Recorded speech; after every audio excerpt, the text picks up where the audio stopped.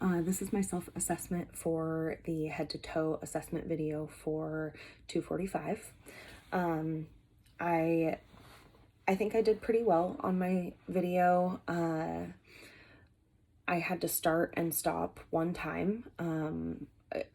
I had practiced several times on my daughter and thought that I had a really good flow and had it down. And then when I started the video the first time, I introduced myself to my patient.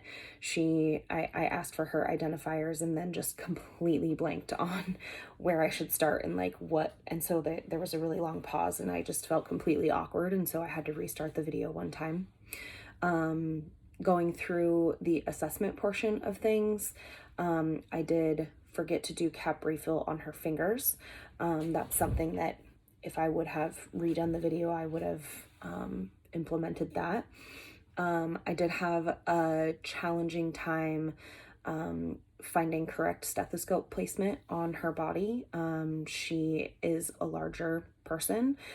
She has very large breasts and a lot of sort of midsection adipose tissue, and finding correct stethoscope placement for apical pulse and to listen to her lungs on the front of her body was more difficult. Like I said, I did practice several times on my daughter before doing the actual video with an adult patient.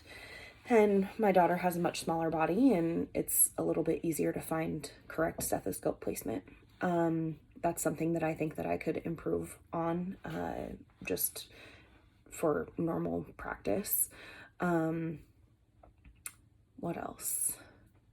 I think that that's pretty much it. I did look at cap refill on her toes. The patient's problem, of course, was that she had not had a bowel movement in 4 days, so she was having some stomach discomfort. She had recently had weight loss surgery and was in recovery after her operation and had not had a bowel movement for several days. And so she had some discomfort. Because of her discomfort, she had a little bit of an elevated blood pressure.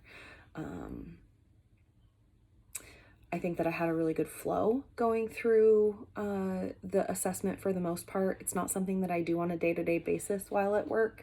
I'm an infection control nurse, and I don't really ever have the opportunity to do a full head to toe on a patient.